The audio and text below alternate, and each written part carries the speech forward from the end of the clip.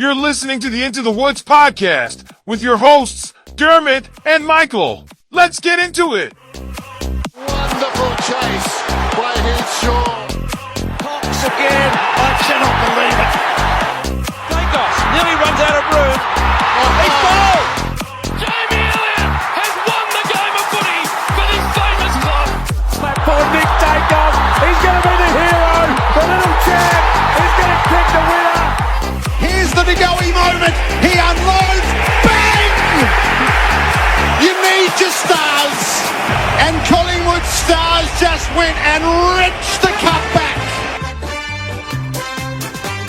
If you're watching us on YouTube, be sure to give this video a thumbs up and subscribe to the channel. For Spotify and Apple listeners, a 5-star rating will be greatly appreciated. Make sure you hit the bell icon on any of those platforms to be notified as soon as new episodes are released. You can find us on X at Into the Woods Pod and on Instagram at Into the Woods Pod 10. Thanks for your ongoing support by helping the podcast grow. Go Pies!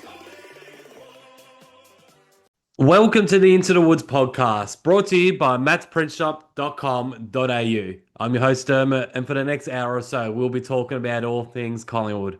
Once again, I'm joined by Michael. How are you, Mick? Yeah, good, thanks.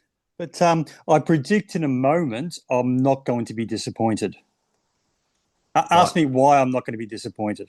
Why aren't you going to be disappointed, Michael? Because you rang me last night with this big news. It was going to put Into the Woods on the map. It was going to blow up the internet, I think is the term you used. Now, from experience, I can't see this happening. So when you inevitably tell me what it is, I won't be disappointed because it's not going to happen. What was the hint I gave you? The hint, it was going to blow up the internet. No, the hint. I gave you one small hint. Oh, I've forgotten. I wasn't. As soon as you used the term "blow up the internet," I kind of tuned out after that. Fasten your seatbelts, Mick. Fasten your seatbelts. Yeah, that was the hint. It's going to be a wild ride today. I didn't really reflect on the clue given, I have to say. It's going to change the internet and Collingwood supporters forever. Forever. Right. Yeah, so I bet it doesn't. I bet it doesn't. Stay tuned. Oh, you're not going to tell us now? No, absolutely not. No. I'm going to. This isn't a pathetic attempt to have people watch this thing the whole way through, and you tell them at the end. No, because it's going to come in the middle of the training reports. The training reports? Yeah. Another little spoiler. Oh, jeez, it's going to happen here. I've got big news. But before we get into that, we thought we would record our third preseason episode, well, fifth for the season, but take away the panel shows, the third time that we've caught up just one-on-one. And I think this would probably be our last episode until the practice match starts. So our first unofficial practice match will be against the GWS Giants on February 20. And I think we'll come back maybe a day after, Saturday the 21st, to sort of pull that game apart. And then we'll do who are we playing in the official practice match? North Melbourne. We'll do that game afterwards too, in the lead up to round one. So this is, I think we've got about a 10-day patch where we can put our feet up, Mick, and sort of relax before this podcast becomes weekly. So I thought now would be a good time to sort of just go through all of the things that we kind of want to talk about before these preseason matches start. But before we do that, let's talk about the elephant in the room. Silence isn't good for a podcast, mate. No, it isn't good. I don't know to what you refer. I don't know what you're referring to. I don't think that we should spend a long time talking about this, but we have to mention it. Right. Well, why don't you tell us what it is? We'll get started with what it is. Bobby Hill. Oh, Bobby Hill. The perennial elephant. The elephant is always there. Oh, yeah. Look. Do you want to start? Oh, well, look. The only thing.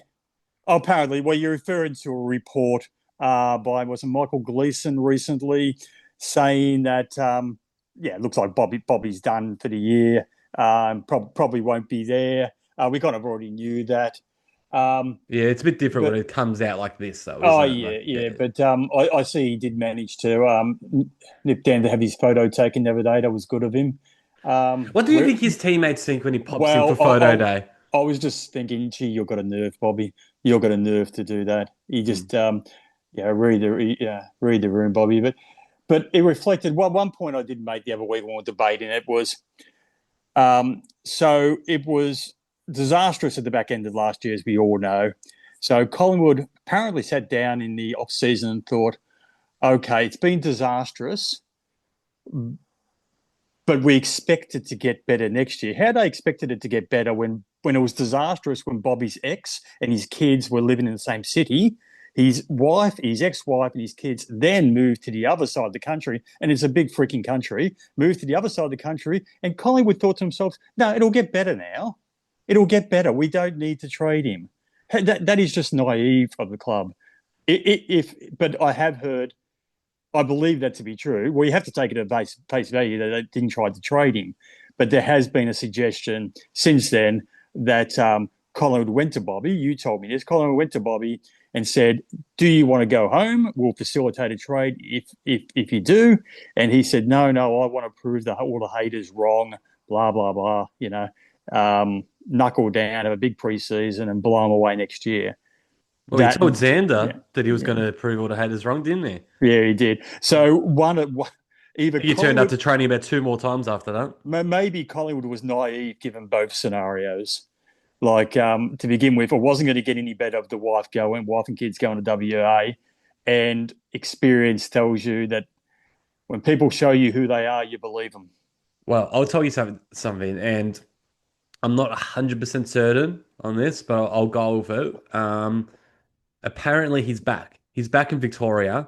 He's not even over in WA.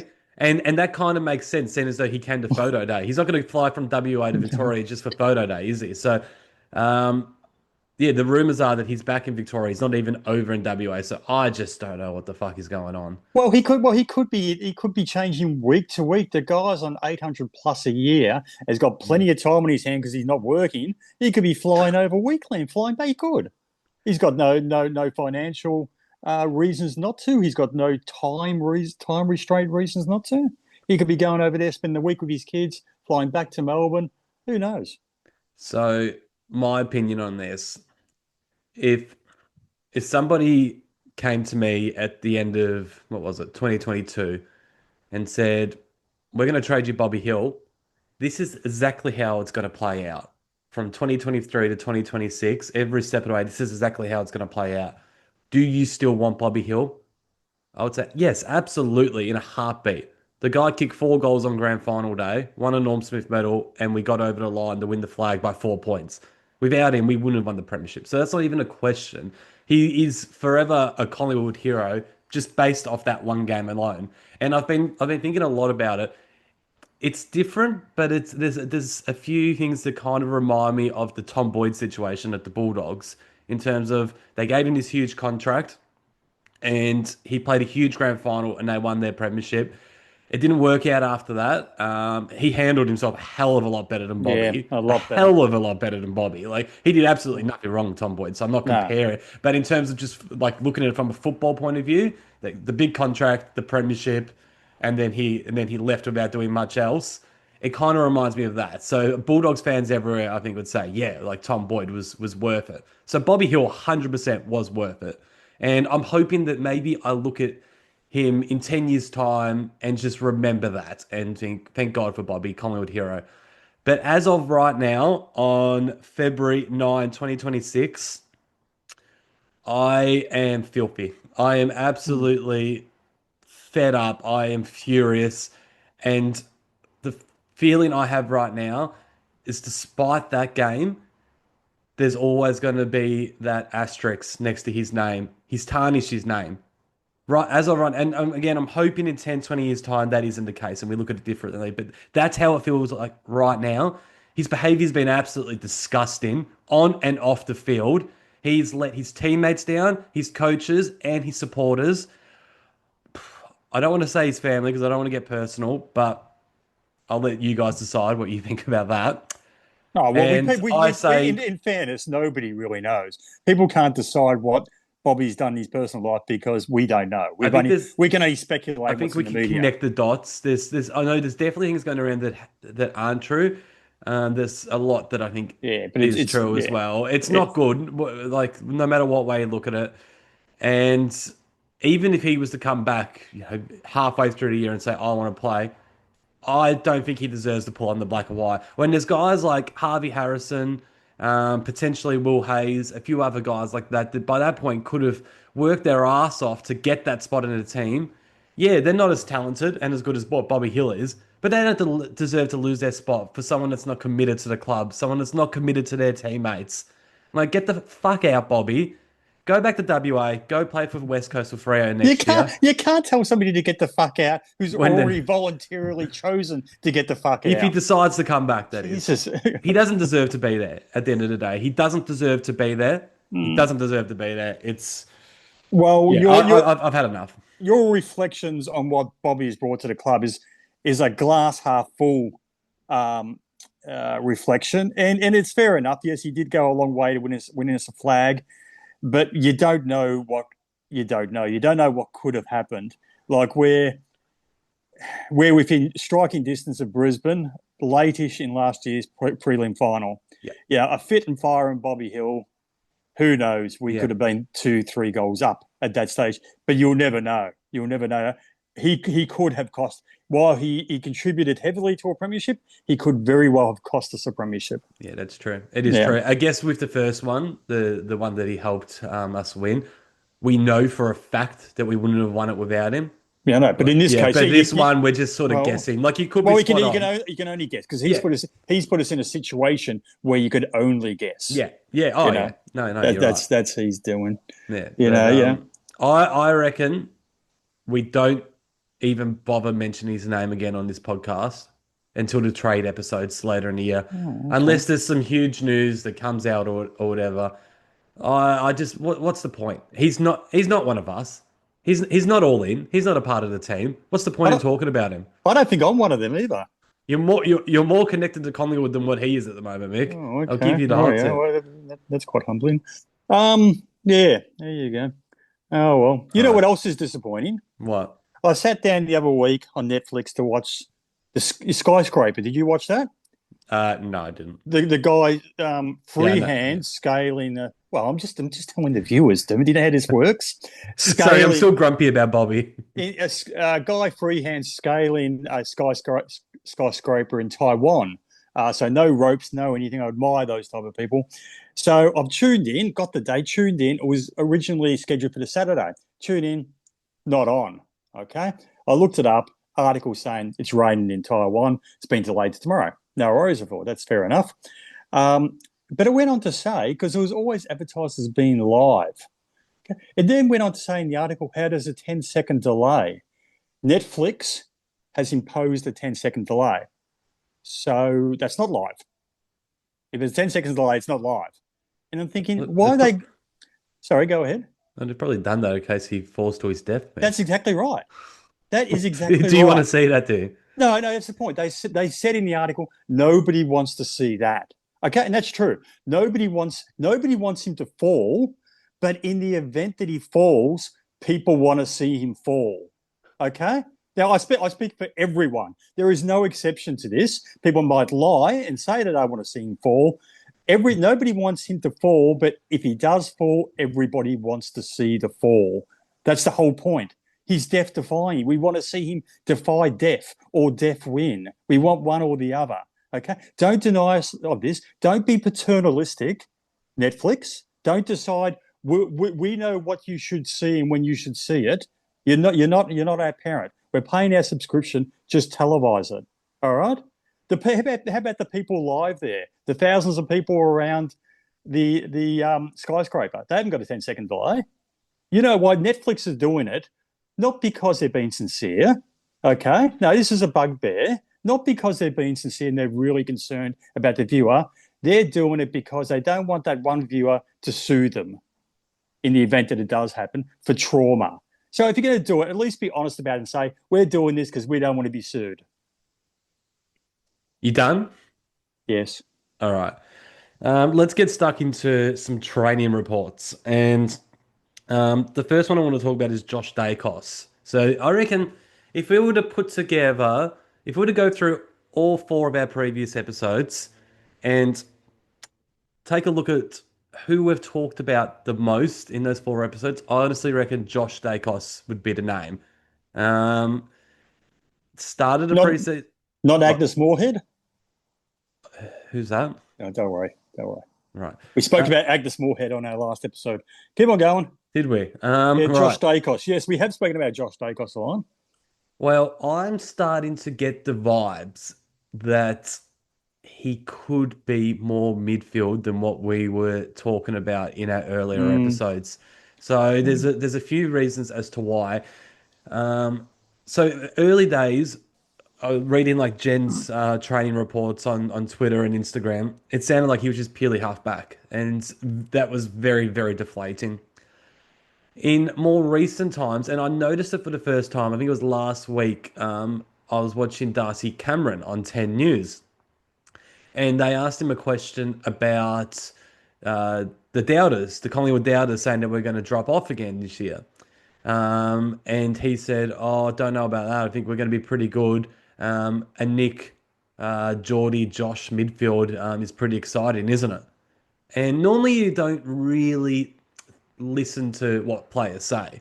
Yeah, But because they're pushing for membership at this time of year. Yeah. But they didn't even ask him about Josh Dacos. He wasn't a part of the question. He volunteered that information. Hence why I look at it a little bit differently. There was no reason for him to say that. Then I was listening to a fantasy podcast the other day, AFL fantasy podcast on Patreon, DT Talk with Warney, and he had a special guest on, Pete from AFL Ratings Pete. You'll see all his work on Twitter. He's got his own website.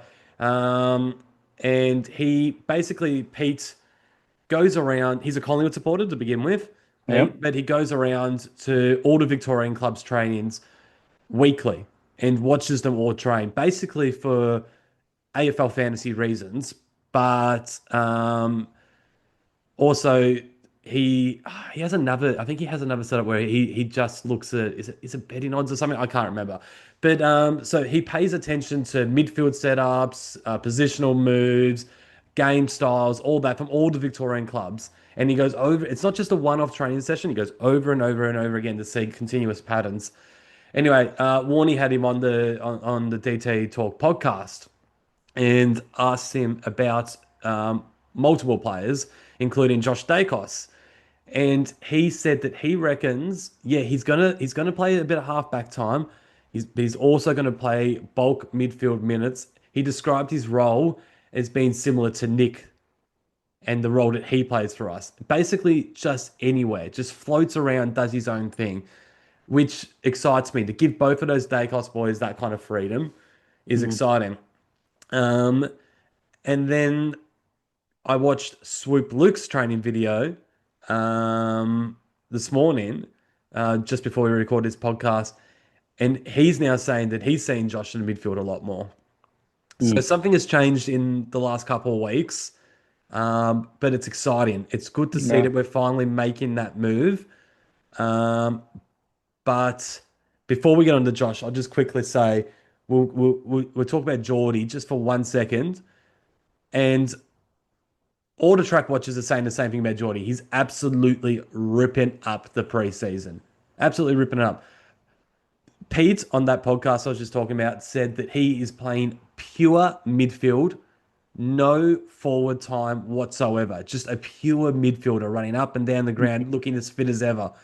I then watched Swoop Luke's video this morning, and he said at the last match, Sam, Geordie spends most of his time forward, and he expects him to be 70% forward, 30% midfield.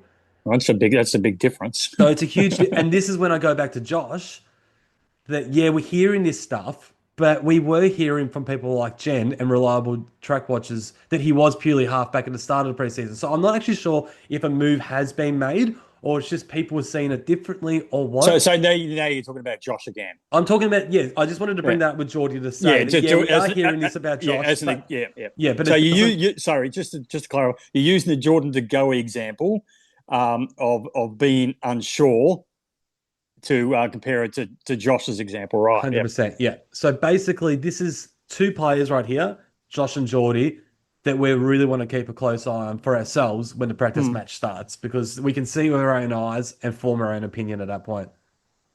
Right. Well, it's a little bit of a segue. You know how the other week we were talking about the most important players to improve the club? Yeah. I was talking to Uncle Jerry from Sleepy Hollow the other day, and he had listened to the podcast, and he actually came up with a good suggestion. One, may I say, I actually made last year, but is still relevant now. I'll take away a bit of his gloss. Is he said Ned Long. Ned Long, because he's absolutely correct that Ned Long, when he's playing at his best, brings others into the game around him. Imagine him standing up in tackles in the midfield, dishing it off to the Dacosses and Jordan De Goey, freeing them up. So he's right. If he can have a big year, if he can go, because last year was his first real regular season. Like in previous years, he's done a bit here for Hawthorn, a bit there for Collingwood, 1 or 2 games here or there. But last year he got a good, 20 games under his belt thereabouts. I'm not sure off the top of my head, but a good portion of the season under his belt. So hopefully he can build on that and go to the next level. Imagine him as a big body midfielder, just controlling it all, controlling being the hit two guy, getting it out to Nick and Josh and De Goey. So I thought that was a good call. He's having a huge preseason, Ned Long. Yeah. Yeah, he looks good. He looks really good. I think he's obviously playing that same role, considering he can't play any other role. Yeah, really. Yeah. And the thing that he brings is that Josh and Nick and Geordie don't is defensive pressure.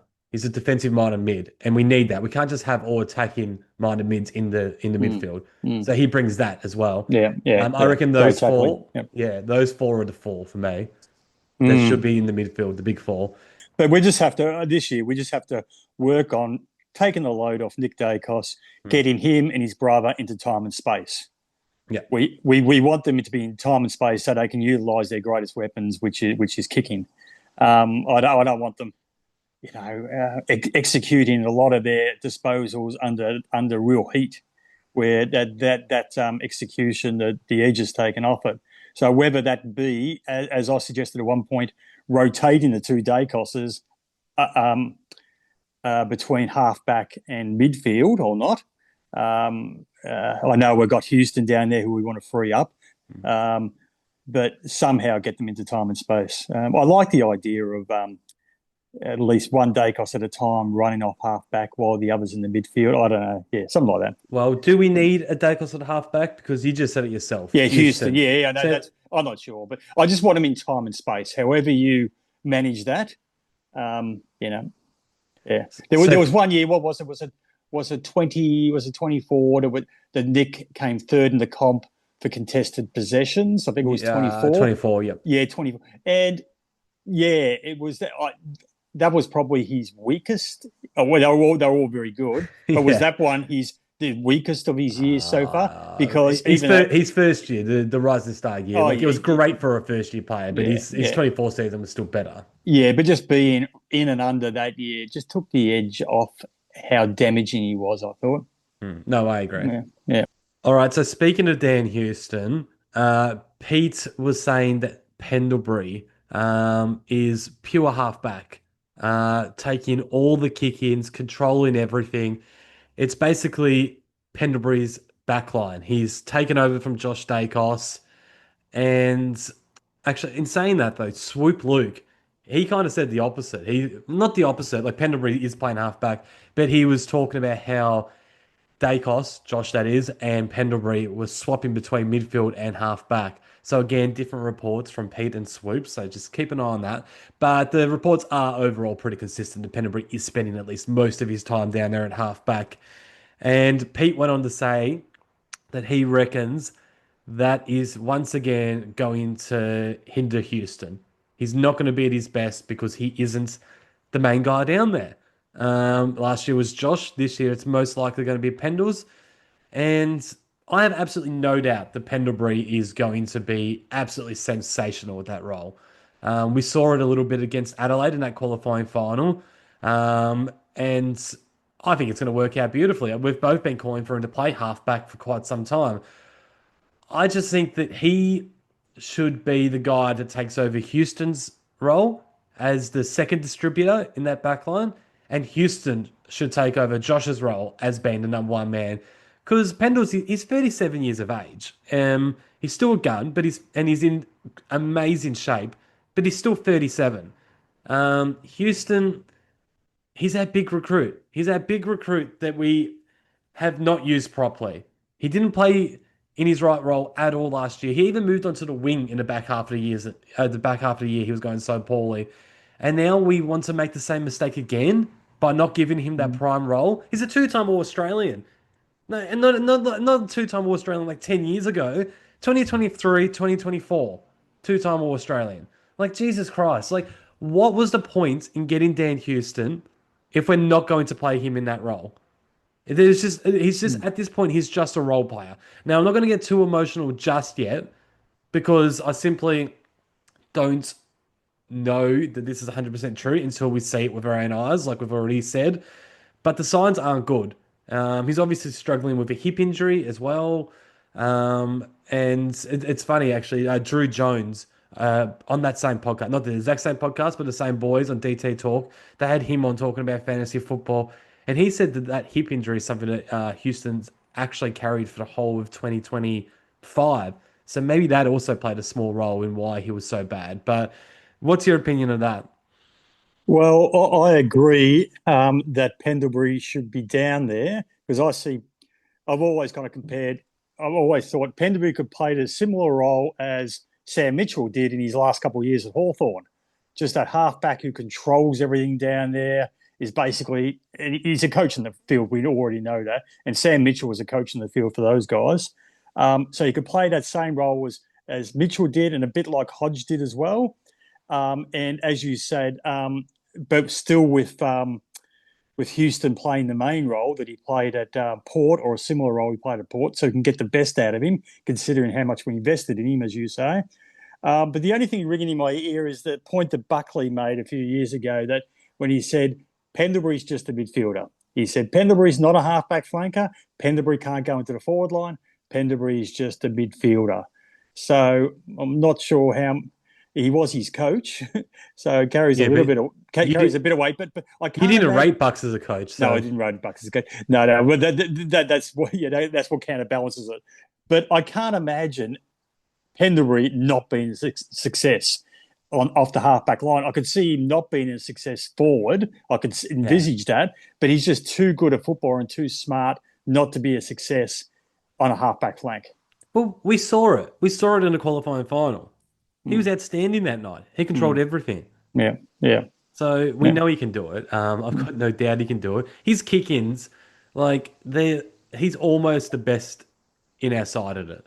Like maybe Nick might have him, but he's not far off. And I know that's funny because I'm saying that Houston should be that guy, but that's only because we've paid the big bucks. Like he's an elite kick. We're blessed to have so many of these guys. I get that. We've got Nick, we've got Pendles, we've got Houston, we've got Josh. So many. I'm probably forgetting a couple of others, but you just think Sidebottom, but he's not really going to be taking the kick-ins. Oh no, not kicking. Sorry, I thought you were just talking about kicking general. Yep. But you just expect. The Nick and Josh and Pendles can play so many multiple roles and be superstars. Houston, it doesn't look like that is the case. It looks like he needs his prime role to be that superstar.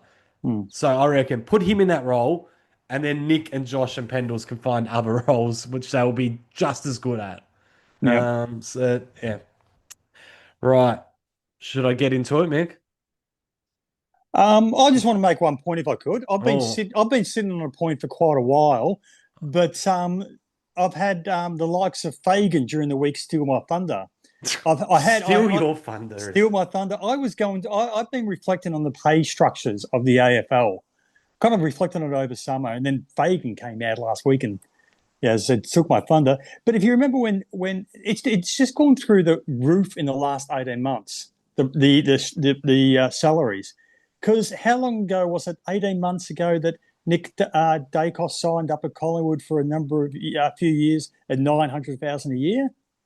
Well, 12 months, just a bit over 12 months after that, 18 months after that, it's basically the top players now getting paid double that. And not only the top players, but as Fagan puts out, players who haven't really proven anything over an even reasonable time length. Like Nasiah, he did really well as a halfback flanker, had only just moved into the midfielder where you get to pay your big bucks, hadn't proven himself, and suddenly he's on God knows how much, $2 million a year. As we know, TDK has done bugger all, but he's on 1.7. What's happened in the last 18 months that these prices have just gone through the roof? It's ridiculous. It's always the case. It always goes up over time, and it's always but it doesn't double in 18 months. Yeah, but Well, St Kilda aren't using the salary in a smart way. Like I think Nasiah is a once in a lifetime kind of player. You have someone like that, you want to hang on to him. So I get that. He hasn't done it yet. I know, but this is the thing. You need to pay. So Nick Dacos, he was never realistically going to leave Collingwood. So and everybody knew that. So he's not going to demand the big money that Nasiah would, because there was a huge chance that he was going to go home to South Australia. So they need to give him that money to keep him. I don't agree. Tom DeConey doesn't deserve any of that. But there is the point that you need to overpay to lure these guys out of their original contract. Yeah, I realise. So it's just, I'm not really sure. But it's much of a talking point. It's always kind of been like that in my time watching football anyway. Yeah, the money's going up. That's the difference. But that's just normal that the money goes up. Well, Harley Reid, $2 million. Like, come on. He hasn't done a whole lot. Again, well, he hasn't signed that yet. Oh, yeah, but he's reported. Oh, hasn't he signed it yet? I thought he extended it at West Coast, didn't he? I'm not sure if it's that much yet.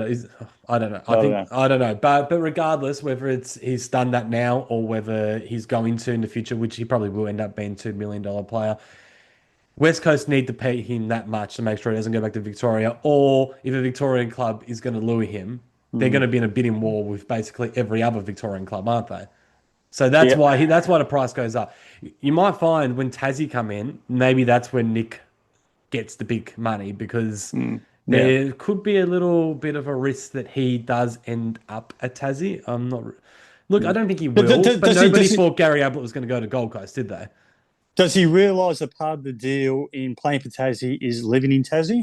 And maybe he doesn't realise that. It might take the gloss off a bit. Where do you reckon he would live if he came to Tassie? It probably just hasn't dawned to him. What, I actually have to live down there? Is he a Sandy Bay kind of man? Oh, no, he's a Battery Point boy. Oh, he is, isn't he? He's definitely a Battery Point. Or Gagebrook, one or the other. Gagebrook. What was I going to say? Okay, Dermott, this better be good. Over to you. Wait 1 second. I'm going to get the sun out of my face and then we'll do it. Hold on. All right. See, I can sneeze and he edits it out, but he can do this. What's that? I was just telling the listeners that I can sneeze and you edit it out, but you can do this.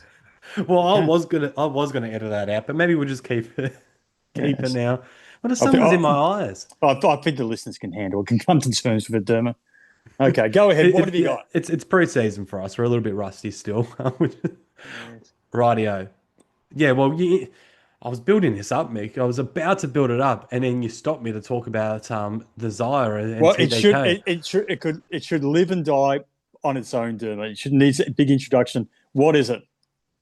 Okay. So recent training reports have been very positive in terms of our key forward structure. Jack Buller, Tim Membry, and Charlie West.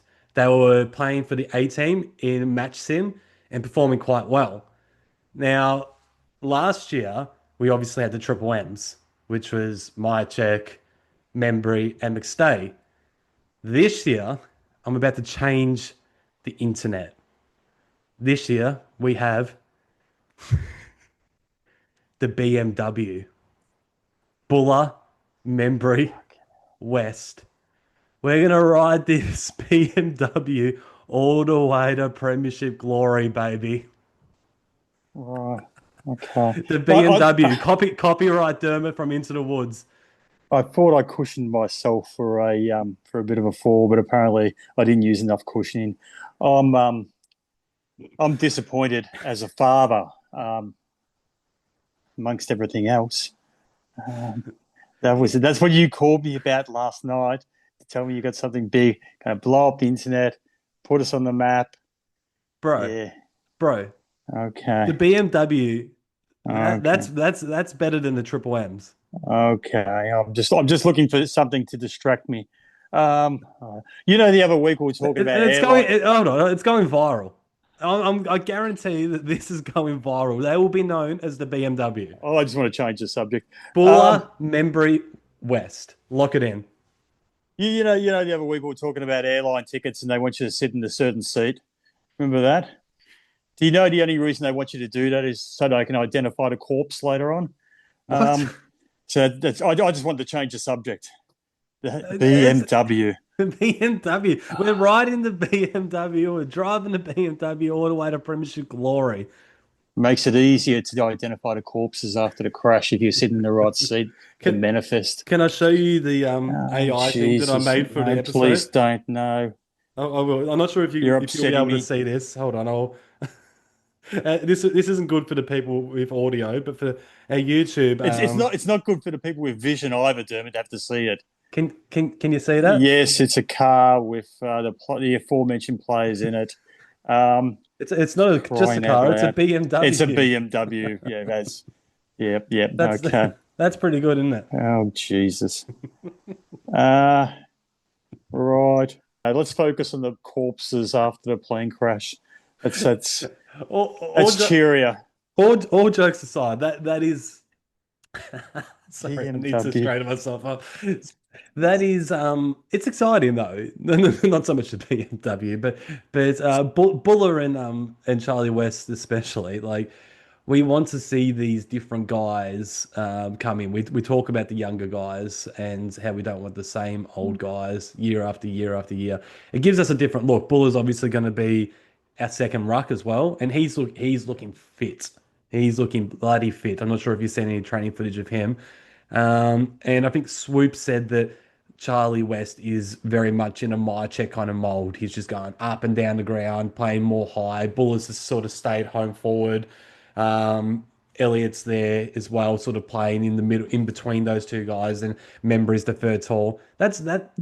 I know it didn't work out with the Triple M's last year, but I feel like the thing about Buller is he's a better second ruck than what McStay was. So automatically that's an improvement. And I think that Mycheck was coming towards the end last year, and I think West is going to be an upgrade based off Mycheck's current form in terms of, being able to sort of roam around the ground, good below his knees. I reckon the BMW is more likely to succeed than the Triple M's.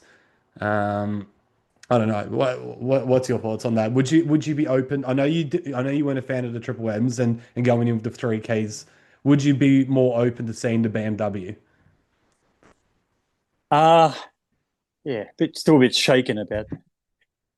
Yeah, look, there's no body of evidence. Okay, I can't get excited about those three working together because there's very little. There's no sample size, large or small. But it's just there could be change, and that's exciting. And yes, I want that change. Yes, I want. Obviously, Buller ticks off that need for a second ruckman, which we've been looking for a while. Obviously, Cox was a second ruck, but he wasn't that great forward. Hopefully, Buller will bring a better consistency to both areas. Like, he won't be as good a second ruck as Cox was, but his overall package will be better. And West is a guy that I think you compared him to. He could do what's Morris's first name? Logan Morris. Yeah. Logan. He could be our Logan Morris. And these days, in the old days, like key position players, they wouldn't mature until they're 25, 26. Well, that seems to be changing in the last 10 years. There seems to be a shift towards they can contribute in their early 20s, these key forwards. And like Logan Morris, he wasn't a high pick either. Like, neither West or I think Morris was close to the 40s. I think he might have been 37, 38, and West might have been 50 or something like that. So, neither are highly rated key forwards either. So, And Member is able to offer obviously the experience down there and the steadiness. He's a good solid citizen. He's good for his 1.5, 2 goals a game. So yeah, you could expect 30 goals out of him for the year. I think I'd rather him than McStay. Membry, that is. Oh yeah, in terms of he's on the park more often, and you know what you're going to get from him. But if Membry and McStay were to swap spots in the team, they would still be called the BMW. That's the beauty of your idea, Dermott. That's the very essence of where the genius emerges from. Yeah. I think in my preseason team my October team, I think I released it in a very last episode of 2025. I didn't have Membry in there. I had West and I had Buller, but no Membry. That was because at that point, I think I had Geordie playing out of the square. I just wasn't sure if he was going to be fit enough to play midfield. Now that it looks like he is going to be a midfielder, I've got Membry back in there. I think the three of them can definitely work together. And that's another thing that I'm excited to see over the preseason games. Before we wrap up the training report, I'll mention a couple of four of our draftees and sort of how they're going. Prindable, everybody's talking about him. Pete said that he reckons very, very early in the season he will debut. And I'm hearing the same thing from multiple other track watchers. Yeah, I'm hearing the same. Yeah, ready-made by the looks of things. So that's exciting. The mature ager, Ingrid Anderson. Haven't heard a lot about him, but Pete gave an update saying that he reckons he's definitely going to play some senior footy this year. He just looks, again, ready-made, as you'd probably expect from a mature age guy. So he expects to see him play. Whereas Pete has this sort of opposite view with Swadley. Not saying that he's not a good player. He just thinks that there's going to be a development year. He just doesn't look like he's ready just yet. And a guy that's getting a lot of hype is Andreas's man. I'll try and get this right. Saxoner. The little forward pocket. Yeah. He category B rookie. A lot of people are saying that he's really surprised and that he could potentially be in the mix to take that Bobby Hill role. So he's one that I want to see for myself. At this point, I'm struggling to believe it. I think I'm not saying he's not going to be a good player. I'm just not sure if we're going to see a lot of him this year. I think guys like Harvey Harrison would definitely get first crack. Will Hayes is about 12 months more developed than him. But, side bottom, as I suggested. Yep. But you just don't know. So keep an eye on him. He's an interesting name. And the last one is Bo McCreary was listed as 6 weeks, only about a week and a half ago, 6 weeks off. Or I think it was 5 to 6 weeks. Apparently, he played the first half of match sim. So I don't know what's going on there. Look, I think his best part of his first half of the year will be compromised because he's just really had very little preseason. So he might come back earlier than expected, but will he be able to impact to the extent that we wish he would impact? Probably not. He's going to be underdone. Yeah, he's going to be underdone in a big way. He's not going to be that full-time mid that we were hoping. No. There's no way he's playing full-time mid. You wouldn't think for the first half of the season or the best part of the first half of the season. I just don't think he's going to be able to do it at all throughout 26. He needs a full preseason in there too. So you can make cameos, huh? Right. Is there anything else you want to bring up from the training notes? Any other players you want to talk about before we get on to our next topic? I don't think so. No. Right. You know that here at Into the Woods, especially during the preseason, Dermott's got a little smirk. Okay. I don't think we can handle any more after the BMWs, Dermott. That's good. What else have you got for us? I'm cutting the BMW into a short and it's going viral. It's going viral. Oh, crying out loud. We're riding that BMW all the way to Premiership glory. Right. No, we love a list here, don't we? So I think episode 1 I put together, it was my top 11 ways that we can improve. And then in our next episode, we both did our top 10 players that we've seen. Today, I've got another top 10. And I think this is, I know it's relevant going into the 2026 season. I've got my top 10 most important players heading into 2026. Right. So not our top 10 best players, the top 10 most important. If we were to lose them, it would kill us. So you didn't tell me in advance we were doing this. So this is the floor is yours as a Dermot. You don't want me to contribute at all. I'm basically just a listener at this point. Okay, go ahead. Well, you can have your input on these players. You don't just have to sit there. All right. Number 10, your man, Michael. I've actually got Lockie Schultz at number 10. A guy that really, I have not heard anything mentioned about Shooter this preseason. He's just been going about his business. I saw him training a little bit in one of Swoop's videos. He's looking very fit. But obviously, with Bobby Hill now essentially gone, Bo McCreary, having that injury interrupted preseason. It all really comes down to Lockie Schultz as the experienced small forward down there. He had a really poor first year in 2024. He had an outstanding season in 2025. He brings the pressure. Doesn't kick a lot of goals. His goals were down in 25 compared to 24, but I just think he had a much superior season. I think if you lose Lockie Schultz, it's going to absolutely kill us. That forward pressure he's really the only guy that can do it without Bo. So I've got him at number 10. Thoughts on that? Oh, well, I'll have to see where he sits in relation to the other guys. But yes, he is. He is very important because, as you said, he brings that forward pressure. And, so he's going to probably, if he has a good year, he'll end the year with best part of 30 goals and the best part of 100 tackles. I think last year he might have only kicked 10 or so goals for the year, which is crazy. Yeah. No, he didn't kick many. He kicked about 23 the previous year. Yeah. 10 seems a bit low. You might It seems like, I don't know. Well, it was around about that. That was just off the top of my head. At times, he was playing like further up the ground. But still, 10 does sound low. But anyway, the eye test said that he was having a much better year. Yeah. But he would be capable. At his best output would be 30 goals and 100 tackles. Yeah, he did that for Freo. Yeah, he did. Yeah.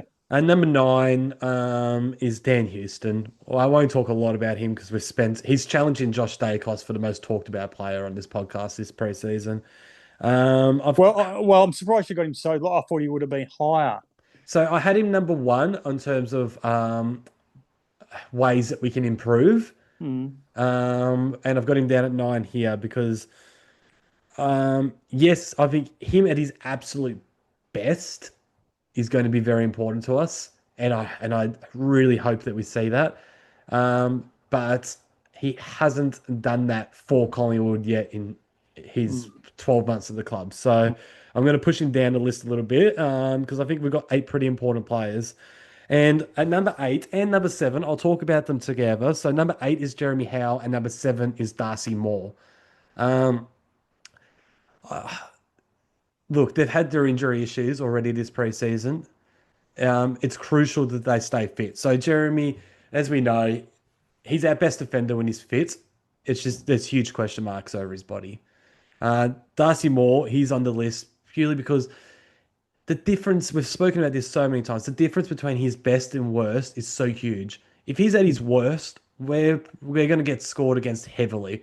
When he's at his best, he's a brick wall. We saw him in the qualifying final against Adelaide. So right there, that shows why he's so important to us. Really, if we're just being realistic, he doesn't need to be at his absolute best. Just sort of find some middle ground. And if they need to stay fit because we don't have the replacements in the VFL. There are 2 best interceptors. Darcy's probably going to take the second forward. Jeremy's going to take the third forward. Really, Reece McGuinness is the only guy in the VFL. They both need to stay fit. I'm not positive that they will, but for our chances, they need to spend a lot of the year in the seniors fit and playing good football. What do you reckon? Oh, yeah. No, they're all good points. All good points. Because I think Howe, mentioned last week, when Howe still gets in the park, he's still playing football as well as he ever has. Yeah. But it's just managing to get him in the park these days. And what you say about Moore, well, I've said that many times, yep. Realistic, Moore could even be higher. As I was just saying it then, he could be higher based on the fact that there is just such a huge difference between his best and the worst. And his worst hurts us so much. Yeah. So he probably should be higher. But anyway, we'll keep on powering on. Number 6 is Josh Dacos. Yeah, I had him originally lower because he's a great player, but I thought importance to the team, where it was hard to place him. I just ended up settling on number 6 because he's one of the only players that should be in the absolute prime of his career age-wise. So really, he should be at the peak of his powers. If he's going to play that role that Pete said, roaming around the ground, I think he's going to be crucial for us. And he could be taking a bit of attention off his brother as well, which will help Nick. So I settled him at number 6. Too high, too low? What do you reckon? Um, yeah, I could have had him higher, as in more important, a little bit, but not far off. He's in that region. Yep. This is when it gets a bit spicy, Mick. Oh, okay, right. Number 5. This is where the criticism may come. Yep. Number 5, Billy Frampton. I would.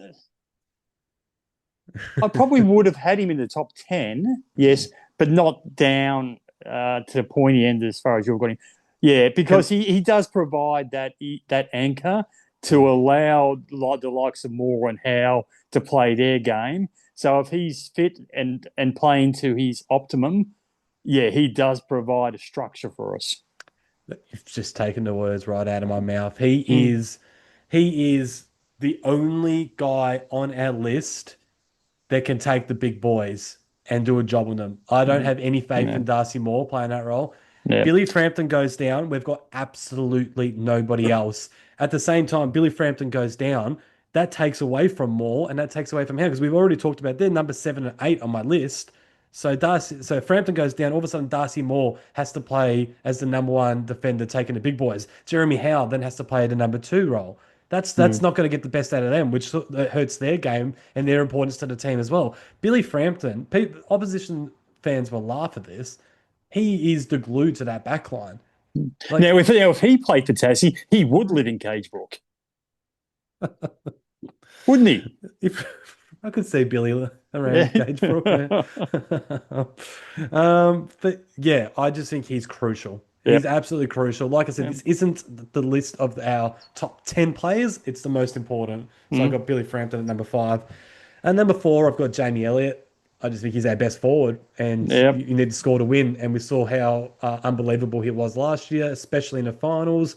And there's a reason why we gave him that contract that he deserved at the end of the day. And it's a younger forward line now. And his experience is going to be even more important. Yeah, absolutely. And number 3, I've got Jordan De Goey. He could be our second best midfielder after Nick. He could be our best forward if he was to play that role. And we've just never seen a season where he's just been fully fit the whole year. And if we can get that out of him this year, then he is going to be dynamic. He's going to change everything.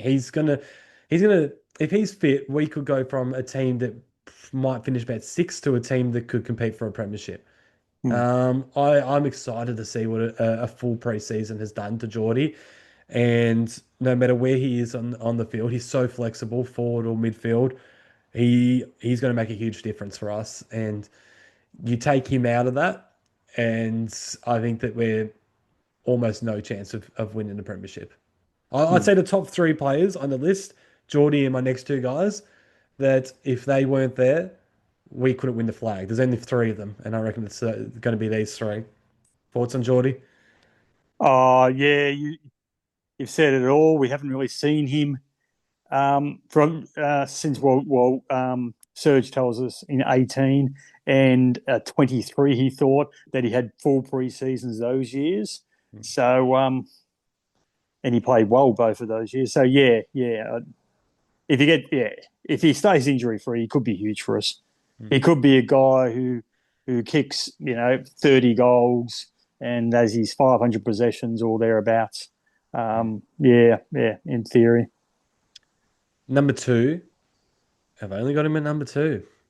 It's Nick Dacos, number 2, second most important player. Yeah, I think you can now guess who number 1 is, but we'll stay with Nick for now. I kind of guessed who number 1 was. I didn't. I think obviously Nick's the best player, but 100%. Yeah, is he the most important player?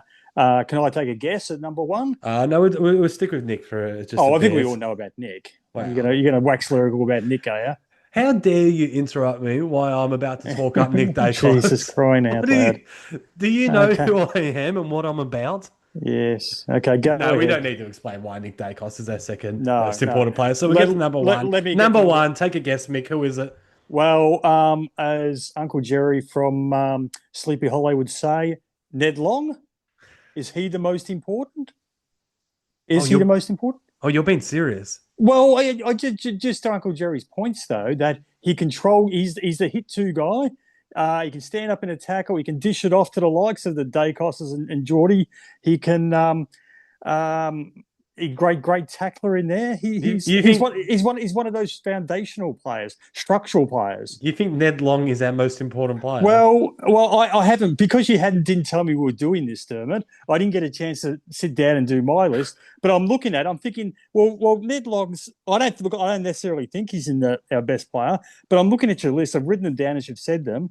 And I thought, well, Ned Long would be in our most important 10 players because of the role he plays and his ability to bring others into it. And Dermott hasn't mentioned it yet. It's a bit of a surprise he's left into number one, but it'll be a bigger surprise if he wasn't in the top 10 at all. Well, spoiler alert, he's not in the top 10. That's odd. Okay, fair enough. It's odd that you think that he's more important than this next player. Number one is Darcy Cameron. Oh, yeah, fair enough. Like I said, I didn't have a chance to sit down and write them all down. That is important. But I thought it was pretty obvious. It was quite surprising when he came. Yeah, well, I haven't got a list in front of me. I'm just thinking, well, to my mind, Long had to be in that list because of the role he plays. And if he plays it well, what a difference that would make. I think he should have been in front of Schultz, for instance. No, I don't think so. Yeah, and maybe even in front of Howe. As a structural player.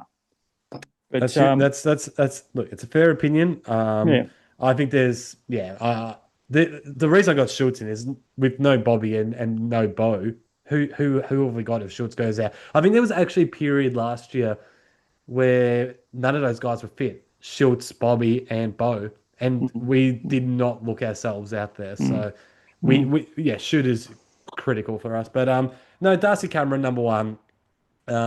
It's pretty obvious. We got rid of Mason Cox and we didn't replace him. So Darcy Cameron goes down and we've got no one other than Oscar Steen, a young guy who hasn't played a senior game, as his replacement. I think it's awful list management. We've mentioned this, just like it's awful list management that we don't have cover for Frampton and Moore and Howe.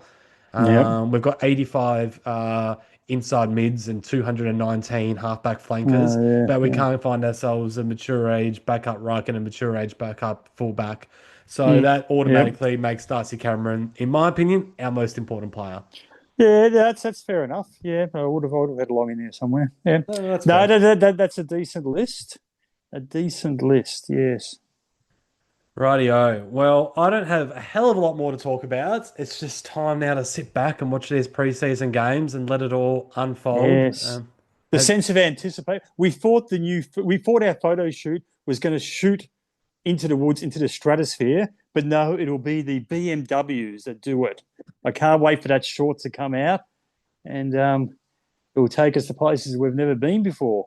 Should I put it on Instagram and tag all the big dogs like Swoop Luke and Pies Nation and just to get the word out? I think I might do that. Get the word out. No, what we should do is just edit it out altogether. It's good. It makes more sense than the Triple M's. It's good. It does. It does. It makes more sense than the Triple M's. In spite of what the listeners are thinking, it is good. Just quickly before we wrap it up.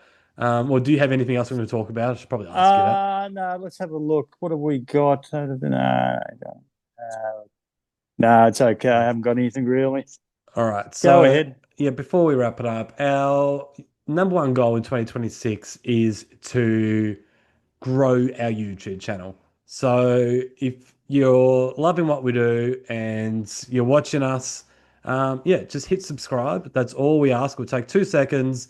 And it will... don't limit it to people who just love us, Dermott. Okay, anybody is welcome to subscribe. Okay, if we're going to limit it to those who love us, Well, you, we if might have you- got my mum if she was still alive, but that's about it.